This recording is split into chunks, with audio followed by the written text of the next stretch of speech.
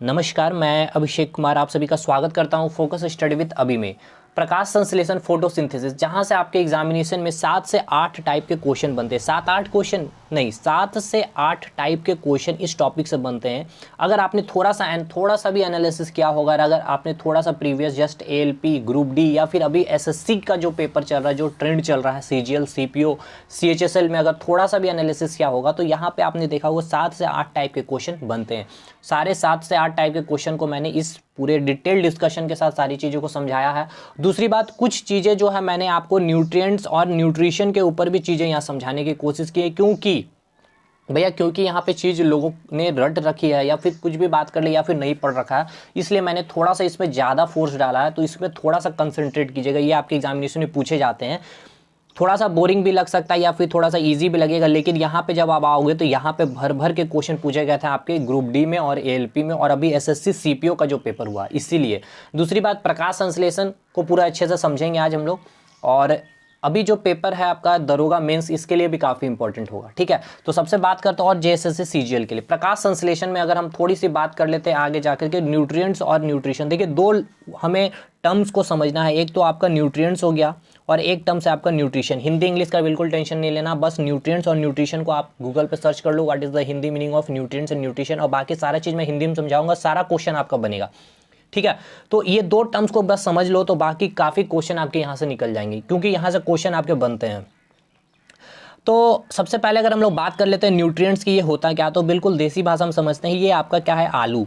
ये आपका क्या है, आलू। अब इस आलू के अंदर क्या प्रेजेंट था, हमने देखा जब हमने आलू खाया तो हमारे बॉडी में क्या आ गया, प्रोटीन्स आ गया, कुछ कार्बोहाइड्रेट भी आ गए और कुछ क्या हुए आपके मिनरल्स भी आ गए, ठीक है। और कुछ आपके अंदर में क्या आ गया, फैट भी आ गए। आपने देखा कि आपके आलू खाने से आपके बॉडी में क्या आ गए, ये सारे कंपोनेंट्स जो थे आलू के अंदर प्रेजेंट वो आपके बॉडी में आ गए। तो सिंपल सी बात, न्यूट्रिएंट्स क्या हो गया, फूड के कंपोनेंट को ही क्या कहा जाता है, न्यूट्रिएंट्स कहा जाता है। वो कौन सा कंपोनेंट हो गया, protein, fat, vitamin, carbohydrate, minerals are important component of food. समझ नहीं आया, एक बार अच्छे से, न्यूट्रिएंट्स क्या होता है। ये जो आलू था, आलू के अंदर जो कंपोनेंट प्रेजेंट थी, यानी कि जो मिनरल्स प्रेजेंट थी, जो प्रोटीन प्रेजेंट थी, जो कार्बोहाइड्रेट प्रेजेंट थी, उसको ही हमने क्या नाम दिया है, न्यूट्रिएंट्स नाम दिया। अब इसकी यूज़ क्या है, इस न्यूट्रिएंट्स का यूज़ क्या है, protein, carbohydrate, minerals, fat, vitamin की यूज़ क्या है, ये हमारे बॉडी में क्या करती है, हमारी बॉडी को बिल्डअप करने के लिए, यानी कि बॉडी को के निर्माण में मदद करती है। कोई भी बॉडी का कोई पार्ट जब डैमेज हो जाता है, चोट लग जाता है, तो उसको रिपेयर करने में, फिर से ठीक करने में काफ़ी हेल्प करती है ये न्यूट्रिएंट्स। सेकंड चीज़, आपके ग्रो के लिए, आपके डेवलपमेंट के लिए, आपके बॉडी के डेवलपमेंट के लिए काफ़ी, और हमारे ज़िंदगी यानी कि लाइफ प्रोसेस को कैरी आउट करने के लिए भी ये न्यूट्रिएंट्स की काफ़ी इंपॉर्टेंट होती है। तो ये चीज़ें क्लियर है। न्यूट्रिएंट्स होता क्या, इस चीज़ को समझना ज़्यादा ज़रूरी है भाई, क्योंकि हमें समझ में नहीं आती, किताबों में लिखी होती है न्यूट्रिएंट्स। तो ये चीज़ें मैंने समझा दिया है, आई थिंक आपको समझ में भी आ गया होगा। दूसरी बात, न्यूट्रिशन की अगर हम लोग बात कर ले, हिंदी सर्च कर लेना गूगल में, हिंदी मीनिंग ऑफ न्यूट्रिशन आ जाएगा तुरंत गूगल पे। द प्रोसेस ऑफ ट्रेनिंग, देखिए अब दो यहाँ से बहुत अच्छे क्वेश्चन बनेंगे और इसको मैं बहुत अच्छे से समझाऊंगा थोड़ा डिटेल में जा करके, तो थोड़ा बोर नहीं होना, क्योंकि क्वेश्चन यहाँ से बनेंगे। देखो, आलू को जो आपने खाया है, देखिए मैं दो तरह के ऑर्गेनिज्म को ले रहा हूँ, एक तो मैन हो गया और एक हो गया प्लांट, ठीक है। अब ये हो गया आपका आलू।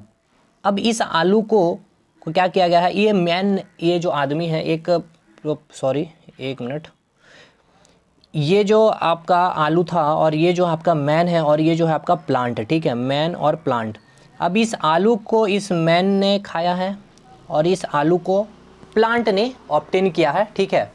अभी देखो, ये जो प्रोसेस के थ्रू मैन आदमी ने इस आलू को ऑब्टेन किया है या फिर इस आलू को यूटिलाइज़ किया है, इस फूड को यूटिलाइज़ किया है या फिर इस फूड को ऑब्टेन किया है, और इस आलू को यानी कि इस फूड को जो प्लांट ने ऑब्टेन किया है या फिर उसको यूटिलाइज़ किया है खुद के लिए, दोनों की प्रोसेस अलग है। हम मान लेते हैं ये P1 प्रोसेस और ये P2 प्रोसेस है। तो आपको क्या समझ में आया, जो फूड यानी कि जो कोई भी चीज़, आलू हो सकता है, कोई गाजर हो सकता है, कोई मूली हो सकती है, कोई भी चीज़ें हो सकती है, कोई सब्जी हो सकती है, उसको जो ऑब्टेन किया जा रहा है या फिर उसको यूटिलाइज़ किया जा रहा है कोई एक प्रोसेस के थ्रू से, इस फूड को यूटिलाइज़ किया गया है किसी ऑर्गेनिज्म ने यूटिलाइज़ किया है कोई एक प्रोसेस के थ्रू, ठीक है, कोई एक प्रोसेस के थ्रू। इस प्रोसेस को ही क्या हम कहते हैं, न्यूट्रिशन कहते हैं। द प्रोसेस मतलब कि फूड को जिस प्रोसेस से ऑब्टेन किया जा रहा है, इस फूड को जिस प्रोसेस से ऑब्टेन किया जा रहा है, कौन ऑब्टेन कर रहा है भाई? फूड को कौन खाएगा? हम जीवित जंतु या फिर कोई जानवर या प्लांट? प्लांट तो खुद अपना फूड बनाता है ना, तो उसको ऑब्टेन भी तो कर रहा होगा, उसको भी तो एनर्जी मिल रही होगी जिंदा रहने के लिए। तो वो जो ऑब्टेन कर रहा होता है जिस भी प्रोसेस, या फिर हम जो फूड को ऑब्टेन कर होते हैं जिस भी प्रोसेस है, उसी को ही हम क्या नाम देते हैं? न्यूट्रिशन नाम देते हैं। ठीक है, ये चीज़ क्लियर है आपको? दूसरी बात अगर हम बात कर ले, तो अब ये जो प्रोसेस जो होता है फूड को ऑब्टेन करने के लिए, हर ऑर्गेनिज्म में क्या होते हैं? अलग अलग होते हैं। कुछ ऑर्गेनिज्म में अलग होते हैं और कुछ ऑर्गेनिज्म में अलग होते हैं। जैसे कि हम बात कर, जैसे कि आप यहाँ देख रहे हो कि नाम मैंने दिया है P1 प्रोसेस। P1 प्रोसेस जो आदमी यानी कि एनिमल के अंदर होता है, और P2 जो एक प्रोसेस है प्लांट के अंदर होता है। तो यही चीज़ आपको मिलेगा यहाँ पे देखने के लिए। तो वही जो दो प्रोसेस मैंने आपको दिखाया, यही न्यूट्रिशन को डिवाइड कर दिया गया है, एक ऑटोट्रॉपिक न्यूट्रिशन और एक हो गया आपका हेटरोट्रॉपिक न्यूट्रिशन। मतलब ऑटोट्रॉपिक न्यूट्रिशन वैसा न्यूट्रिशन होता है, उस प्रोसेस के थ्रू फूड को एब्जॉर्ब किया जाता है या फिर यूटिलाइज किया जाता है, जो अपना खाना खुद बनाता है। मतलब कि सिंपल सी बात, ऑटोट्रॉपिक न्यूट्रिशन में जितने भी ग्रीन प्लांट है, जितने भी ऑल ग्रीन प्लांट है, लेकिन एक्सेप्ट कुछ ग्रीन प्लांट जो होते हैं वो ऑटोट्रॉपिक नहीं होते, वो आपके एग्जामिनेशन में पूछे जाते हैं, अभी मैं समझाऊंगा। जितने भी ग्रीन प्लांट है वो क्या होते हैं? ऑटोट्रॉपिक न्यूट्रिशन होती है, अपना खाना क्या करते हैं? खुद ब खुद बनाते हैं। लेकिन कुछ एनिमल, कुछ मैन, कुछ नॉन ग्रीन प्लांट वो अपना खाना खुद नहीं बनाते हैं, उसे हम क्या कहते हैं? Heterotrophic nutrition. मतलब कि इनके ये जो ग्रीन प्लांट, इन्होंने फूड को जो एब्जॉर्ब किया है, ये जो फूड को ऑब्टेन जो किए हैं किस न्यूट्रिशन की, यानी कि उनका जो नाम होगा न्यूट्रिशन, क्या नाम होगा? ऑटोट्रॉपिक। ऑटो मतलब खुद ब खुद खाना बनाना। और यहाँ एनिमल मैन, यहाँ पे अब खुद इन्होंने खाना नहीं बनाया, इन्होंने क्या किया? प्लांट ये जो है ये किन के ऊपर डिपेंडेंट? प्लांट के ऊपर डिपेंडेंट, क्योंकि प्लांट में जब फ्लावर होंगे, जब फ्रूट होंगे, तभी हम इसे खाएंगे। तो हमने क्या किया? खुद ब खुद खाना नहीं बनाया, इसलिए हमारा इसके अंदर जो प्रोसेस होगा फूड को ऑब्जर्व करने के लिए, ऑब्टेन करने के लिए, यूटिलाइज करने के लिए, उसे हम क्या नाम देंगे? Heterotrophic nutrition. ठीक है, तो यही चीज़ यहाँ बताया गया है। The process of obtaining and utilising food by an organism is called nutrition. The process of obtaining food is not the same in all organism. मतलब कि जो प्रोसेस होता है ऑब्टेन करने का या यूटिलाइज करने का फूड को ऑर्गेनिज्म के अंदर, उसे हम क्या नाम देते हैं? न्यूट्रिशन। और जो प्रोसेस होता है फूड को ऑब्टेन करने का सेम नहीं होता है, हर ऑर्गेनिज्म में अलग अलग होते हैं। जैसे कि आपको मैंने बताया प्लांट में अलग है, और एनिमल मैन या कुछ ग्रीन प्लांट में भी अलग है। Autotrophic nutrition, heterotrophic nutrition. Autotrophic जो अपना खाना खुद नहीं बनाएगा, ये जो अपना खाना खुद बनाते हैं। अब एग्जामिनेशन आपके क्वेश्चन यहाँ से पूछे जाएंगे, अभी सीपीओ का पेपर हुआ, यहाँ से क्वेश्चन पूछा गया था। अब देखिए हेटरोट्रॉपिक न्यूट्रिशन को भी 3 पार्ट में डिवाइड किया गया है, आप जैसे देख रहे होंगे। एक तो गया saprotrophic nutrition, parasitic nutrition, holozoic nutrition. ये है क्या? ये वही चीज़ है जो मैंने आपको बताया न्यूट्रिशन, बस हेटरोट्रॉपिक न्यूट्रिशन को यहाँ पे कैटेगराइज कर दिया गया, डिवाइड कर दिया गया।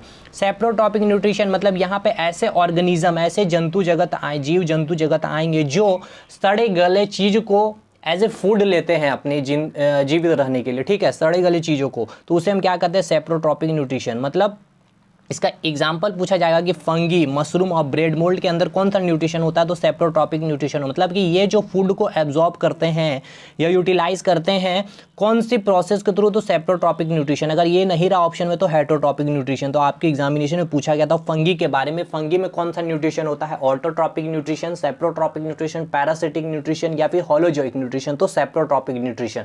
अगर सेप्रोट्रॉपिक नहीं रहा ऑप्शन में तो हेटरोट्रॉपिक जरूर मिलेगा। उसी प्रकार आपको याद रखना है डोडर के अंदर कौन सा न्यूट्रिशन? Parasitic nutrition. और अमीबा, ये आपका सीपीओ में पूछा गया क्वेश्चन है, इसके अंदर कौन सा न्यूट्रिशन होता है? तो होलोजोइक न्यूट्रिशन। अब देखिए ये कहां से क्वेश्चन आया, सारा एनसीईआरटी का क्वेश्चन है, ये सारा एनसीईआरटी में दिया हुआ है। ठीक है, नेक्स्ट क्वेश्चन आपका बनता है, एक यूग्लिना ऑर्गेनिज्म है, ऐसा ऑर्गेनिज्म है जिसके अंदर ऑटोट्रॉपिक न्यूट्रिशन और हेटरोट्रॉपिक न्यूट्रिशन दोनों होता है। तो ये एग्जामिनेशन के लिए बहुत ही ज़्यादा इंपॉर्टेंट है। ठीक है, क्वेश्चन पूछा जाएगा उस ऑर्गेनिज्म का नाम बताइए।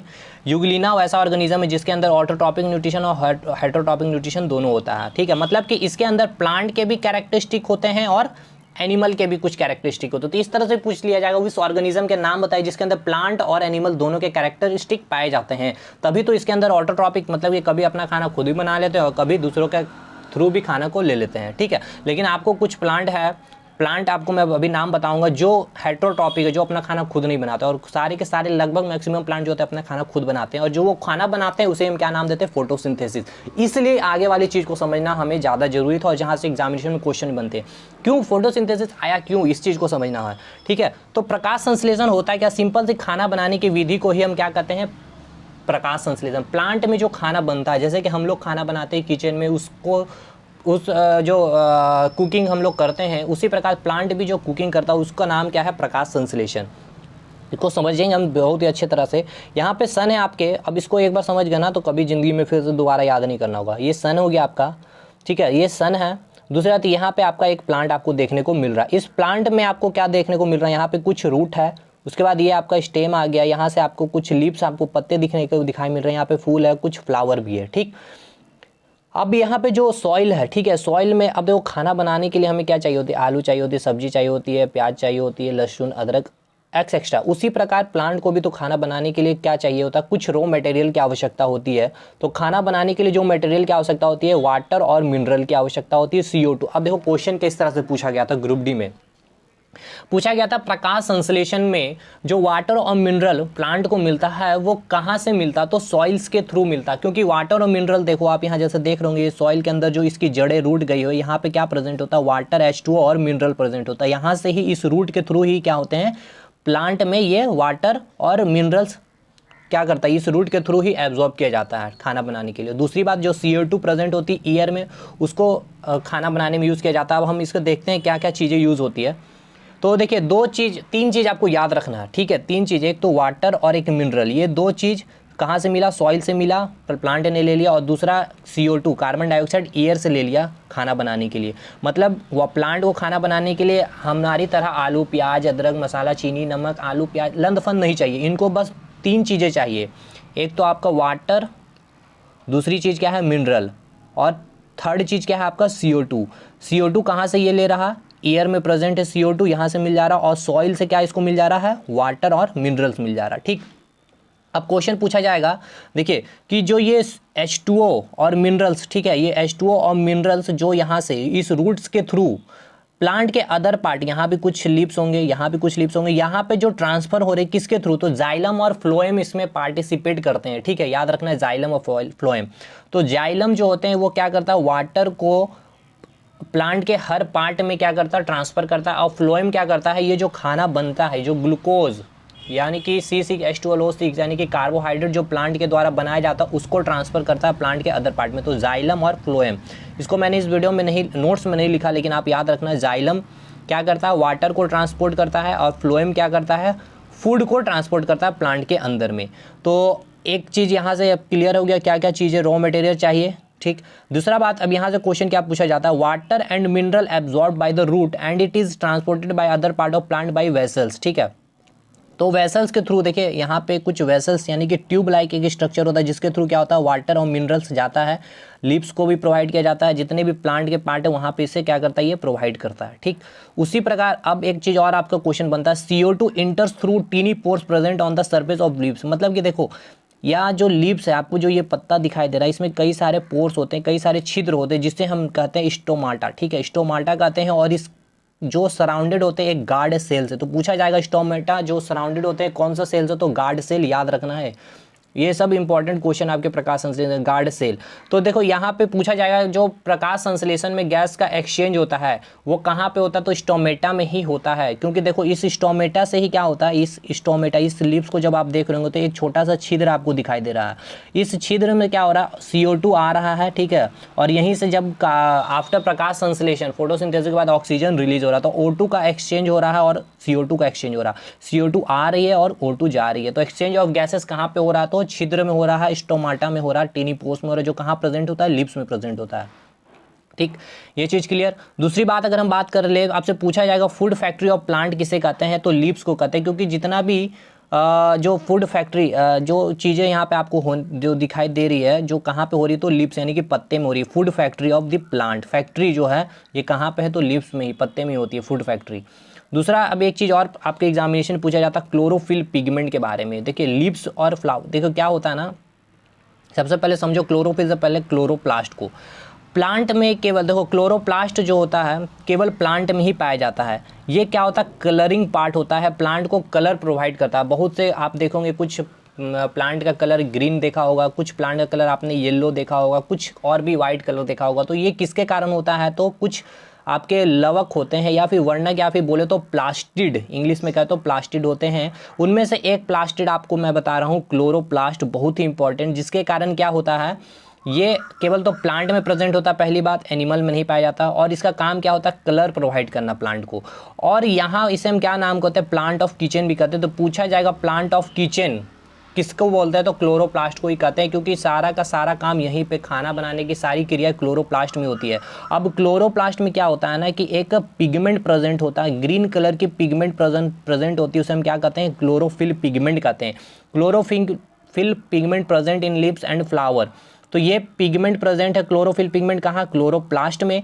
और क्लोरोफिल पिगमेंट के अंदर एक मेटल प्रेजेंट होता है, मैग्नीशियम, ठीक है, मैग्नीशियम बोले तो Mg, मैग्नीशियम प्रेजेंट होता है, ये भी याद रखना। तो क्या क्या क्वेश्चन पूछा जाएगा कि क्लोरोप्लास्ट एनिमल में प्रेजेंट होता है या प्लांट में, तो याद रखना ये केवल प्लांट में पाया जाता है। इसका काम क्या है, कलर प्रोवाइड करना प्लांट को। और दूसरी चीज़ इसे हम क्या कहते हैं, प्लांट ऑफ किचन भी कहा जाता है, मतलब ये प्लांट का किचन होता है। जिस प्रकार हमारे घर में किचन होता है उसमें क्लोरोप्लास्ट में किचन होता है। ये कहाँ पाया जाता है, इसमें क्या पाया जाता है, एक ग्रीन कलर की पिगमेंट पाई जाती है क्लोरोफिल पिगमेंट। और इसका क्लोरोफिल पिगमेंट के अंदर क्या होता है, एक मेटल यानी कि मैग्नीशियम पाया जाता है। दूसरी बात, क्लोरोफिल का काम क्या है, क्लोरोफिल पिगमेंट का काम क्या है, तो ये देखो जो सन से जो लाइट आती है उसको एनर्जी को क्या करती है, कैप्चर करती है। और ये एनर्जी को ही यूज़ किया जाता है किस लिए, खाना बनाने के लिए। मतलब कि जो उन्होंने वाटर को लिया है, H2O को लिया रूट के थ्रू, मिनरल्स को जो लिया और CO2 को लिया, इसको कंबाइन के लिए, इसको सिंथेसाइज करने के लिए, जिस तरह से हमने खाना को गर्म करते हैं ना हीट दे करके, उसी प्रकार इसको कंबाइन करने के लिए, यानी कि इसे पकाने के लिए प्लांट क्या करते हैं, एनर्जी चाहिए होता है, तो वो सनलाइट के थ्रू। और ये सनलाइट को कैप्चर किसके थ्रू किया जाता है, तो किसके थ्रू कैप्चर किया जाता है, क्लोरोफिल उसमें मदद करती है। तो क्लोरोफिल का यूज़ आप समझ गए होंगे। दूसरा, magnesium metal found in chlorophyll pigment, ये तो याद हो गया। अब ये रिएक्शन देखो, बहुत इंपॉर्टेंट रिएक्शन आपके एग्जामिनेशन में पूछेगा, फिर से मैं समराइज कर दूंगा, पूरा क्लियर क्रिस्टल क्लियर हो जाएगा।